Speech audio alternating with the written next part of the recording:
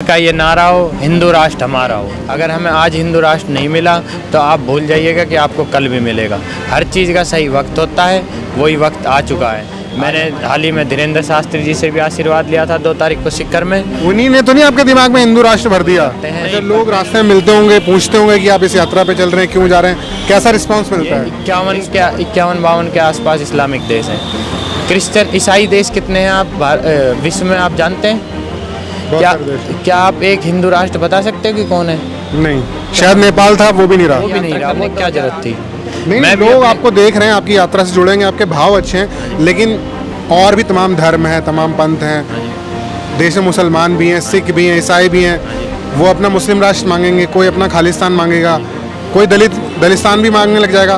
उनको आप कैसे सेटिस्फाई करेंगे? उनके लिए क्या स्थान, उनके लिए क्या जगह रहेगी इस भारत देश में अगर हिंदू राष्ट्र हो गया तो? उन पोस्टरों के सामने ये लिखा गया है कि सिख और हिंदू परिवारों से, पंडितों परिवारों से यही निवेदन है कि आप अपना घर, ये इलाका जल्दी से जल्दी खाली कर दें। और हमारे साथ ये देख सकते हैं प्रियांशु सनातनी जी हैं, जो कि 4 धाम पैदल यात्रा पे निकले हैं, जिसका उद्देश्य है, ये आपको खुद ही दिखाएंगे, हिंदू राष्ट्र के लिए, हिंदू राष्ट्र की मांग कर रहे हैं। और हिंदू राष्ट्र की मांग के लिए ये इन्होंने संकल्प लिया है कि 4 धाम की पैदल यात्रा पूरी करेंगे।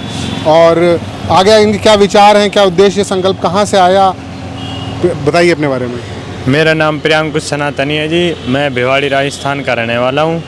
मैं 4 धाम की पद यात्रा कर रहा हूँ, जो लगभग 6000 किलोमीटर की है, जिसमें से 2700 किलोमीटर के आसपास मैं करके आज लखनऊ पहुँचा हूँ, जहाँ आपसे मुलाकात हुई है।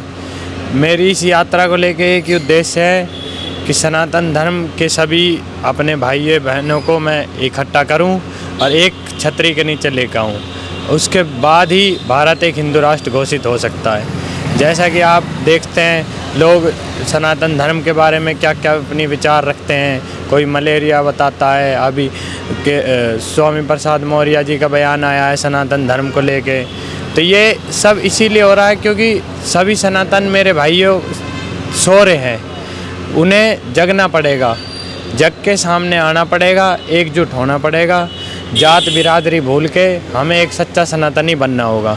जब भी हमारा सम्मान होगा, हमारे आने वाली पीढ़ी का सम्मान होगा, हमारे धर्म का सम्मान होगा।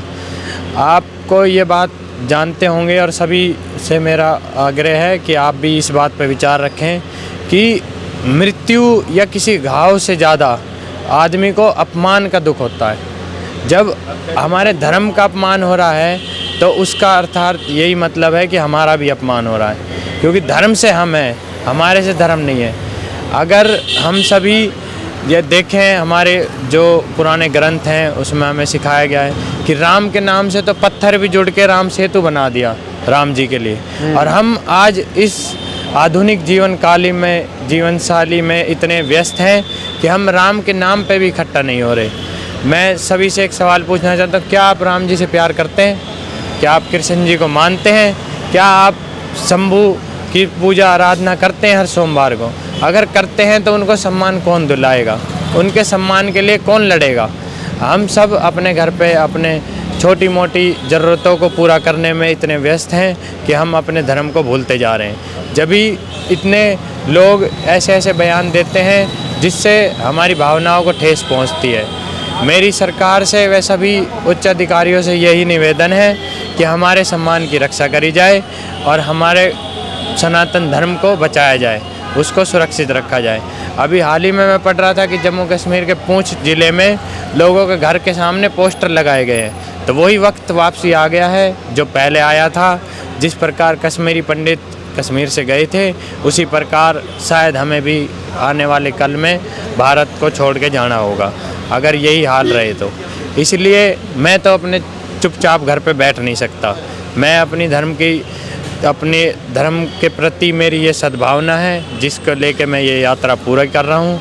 उन पोस्टरों के सामने ये लिखा गया है कि सिख और हिंदू परिवारों से, पंडितों परिवारों से यही निवेदन है कि आप अपना घर, ये इलाका जल्दी से जल्दी खाली कर दें, और नहीं तो इसका अंजाम आपको बहुत बुरा भुगतना होगा। अब इस तरह के अगर आपके घर के आगे पोस्टर लगाए जाएं तो आपको कैसा लगेगा? अभी तो इस वक्त भारत में कहते हैं कि हिंदूवादी सरकार है, राष्ट्रवादी सरकार है। उत्तर प्रदेश में योगी जी हैं, केंद्र में मोदी जी हैं। उसके बाद ये भय कहाँ से उत्पन्न हो रहा है कि ये भय नहीं, यही सही वक्त है। अगर हम आज ये चीज़ की मांग नहीं करेंगे, अगर हमें आज हिंदू राष्ट्र नहीं मिला तो आप भूल जाइएगा कि आपको कल भी मिलेगा। हर चीज़ का सही वक्त होता है, वही वक्त आ चुका है। आज हमारी सरकार हमारे हितों की बात कर रही है। आज जिस प्रकार खाना खाने के लिए हमें खाना मांगना पड़ता है, उसीलिए हमें भी अगर सम्मान चाहिए तो सम्मान मांगना पड़ेगा। ये हमारा अधिकार है। इसीलिए मेरा सभी से निवेदन है कि आप सभी से हाथ जोड़ के विनती करता हूँ कि मेरी इस यात्रा से जुड़ें और भारत को हिंदू राष्ट्र बनाने के लिए आप जो भी कर सकते हैं अपने स्तर पे वो करें। मैं ये नहीं कह रहा आप मेरे साथ यात्रा करने निकले, मेरे को इतनी बड़ी यात्रा करने की क्या जरूरत थी? नहीं, लोग आपको देख रहे हैं, आपकी यात्रा से जुड़ेंगे, आपके भाव अच्छे हैं, लेकिन और भी तमाम धर्म हैं, तमाम पंथ हैं। देश में मुसलमान भी हैं, सिख भी हैं, ईसाई भी हैं। वो अपना मुस्लिम राष्ट्र मांगेंगे, कोई अपना खालिस्तान मांगेगा, कोई दलिस्तान भी मांगने लग जाएगा। उनको आप कैसे सेटिस्फाई करेंगे? उनके लिए क्या स्थान, उनके लिए क्या जगह रहेगी इस भारत देश में अगर हिंदू राष्ट्र हो गया तो? पहली बात, हिंदू राष्ट्र घोषित होने के बाद सनातन धर्म मानव कल्याण की बात करता है, तो किसी भी मानव के अधिकारों को नहीं उसको दुखी नहीं करा जाएगा। हर मानव के सम्मान होएगा। जिस प्रकार से हमारा धर्म तो हमें ये भी सिखाता है कि चींटी को आटा दे के उसके जीवन की सुरक्षा करना हमारा परम धर्म है। जब हम एक चींटी की सुरक्षा करने का हमारा धर्म हमें सिखाता है, तो क्या हम किसी मानव को हाथ पहुंचाएंगे? क्या हमारा धर्म ये सिखाता है? आप एक बात बताइए कि दुनिया में इतने देश हैं, उसमें से कितने इस्लामिक देश हैं? आप जानते हैं किसी इस्लामिक देश को? कितने, आपको पता है? बहुत सारे हैं, आप भी जानते हैं। ये 51-52 के आसपास इस्लामिक देश हैं। क्रिश्चियन ईसाई देश कितने हैं आप विश्व में आप जानते हैं? क्या आप एक हिंदू राष्ट्र बता सकते हो कि कौन है? नहीं, शायद नेपाल था, वो भी नहीं रहा। वो 2008 में हटा दिया गया। पर नेपाल के मुसलमान भी, जो आप कह रहे हैं मुसलमान है, सिख है, जो मुसलमान भी ये बात कह रहे हैं कि हमारा धर्म भी सुरक्षित सनातन धर्म के छत्र छाया में ही है। अगर नेपाल में हिंदू राष्ट्र की मांग अभी भी जारी है और उस मांग में मुसलमानों का अहम योगदान है। जब मुसलमान ये बात कह रहे हैं कि हम सनातन धर्म के अंदर सुरक्षित हैं, क्योंकि वहाँ पे क्रिश्चियनों का आहार हो रहा है, वहाँ क्रिश्चियन अपने धर्म को बढ़ावा देना चाह रहे हैं, तो ये सनातन धर्म ही एक ऐसा धर्म है जो मानवता की बात करता है। क्योंकि जब ये सबसे पुराना धर्म है, जब इस धर्म की स्थापना हुई थी, जब इसके हमारे ग्रंथ लिखे गए थे, उपनिषद लिखे गए थे, उस दौरान कोई भी अन्य धर्म नहीं था। तो हमें किसी अन्य धर्म के बारे में हीन भावना सिखाई नहीं गई। आपको सिखाई गई है? सही है प्रियांशु जो बोल रहे हैं कि जो भारतीय संस्कृति है, भारतीय धर्म है, सनातन धर्म है, वो वसुधैव कुटुंबकम की बात करता है। सर्वे भवन्तु सुखिनः सर्वे सन्तु निरामया की बात पे चलता है कि सब सुखी हो, सबका कल्याण हो। तो अच्छा ये बताइए कि आपकी यात्रा शुरू हुई है, अभी कितने दिन आपने यात्रा कर ली और कितने किलोमीटर आप चल चुके हैं? लगभग 2 महीने से ज़्यादा मेरे को हो चुके हैं। जैसे कि मैं आपको बता चुका हूँ, 15 अगस्त 2023 से मैंने यात्रा शुरू करी थी। उसके बाद मैंने 2700-2800 किलोमीटर की यात्रा अभी तक संपूर्ण कर ली है, क्योंकि द्वारकाधीश से शुरू करा था, उसके बाद बद्रीनाथ गया हूँ और आज आपसे लखनऊ में मुलाकात हुई। आप विश्राम कहाँ करते हैं? आपके खाने पीने की, रुकने की व्यवस्था कैसे होती है? रुकने की, खाने पीने की सब प्रभु की अनुसार होती है। जैसे जिस प्रकार आप किसी के घर जाते हो अतिथि बन के, तो अब वो आपकी सारी व्यवस्था वही करता है। तो मैं तो भगवान के घर दरबार में जा रहा हूँ, तो सब व्यवस्था वही करते हैं। अच्छा, लोग रास्ते में मिलते होंगे, पूछते होंगे कि आप इस यात्रा पे चल रहे हैं, क्यों जा रहे हैं, कैसा रिस्पांस मिलता है? रिस्पांस यही है जी, अगर ज़मीनी स्तर पे बात करें तो लोगों में यही चाह है कि जल्द से जल्द हिंदू राष्ट्र घोषित हो। मैंने हाल ही में धीरेन्द्र शास्त्री जी से भी आशीर्वाद लिया था 2 तारीख को सीकर में। उन्हीं ने तो नहीं आपके दिमाग में हिंदू राष्ट्र भर दिया? नहीं, पर मैंने उससे पहले ये यात्रा शुरू करी, और ये अगर उन्होंने भी बात ये भरी है, या मैं भी ये चाह रहा हूँ कि वो और भी भरे ना, मेरे जैसे लोगों को और तैयार करें। ये सेना जितनी बड़ी होगी, जब तक एकता नहीं आएगी, जब तक कोई कार्य नहीं संभव। ये आपको माननी पड़ेगी। हमारी 100 करोड़ से अधिक जनसंख्या है। अगर 100 करोड़ लोग एक कदम भी रखेंगे तो मुझे 6000 किलोमीटर की यात्रा करने की ज़रूरत नहीं है। 100 करोड़ आदमी एक एक कदम रखेंगे तो पता नहीं कितने लाख किलोमीटर का सफ़र एक क्षण में तय कर लेंगे। सरकार जो हमारे समर्थन में आ रही है या आएगी या जो नहीं आ रही, वो इसीलिए क्योंकि हम एक नहीं हैं। हम हैं 2 करोड़ ब्राह्मण, 2 करोड़ राजपूत, 4 करोड़ जाट, 4 करोड़ गुज्जर। अगर हम बटे रहेंगे, जब तक हमारा विभाजन रहेगा, जब तक हमारी एकता, हम अपनी धर्म की शक्ति नहीं दिखाएंगे, जब तक कोई कार्य संभव नहीं है।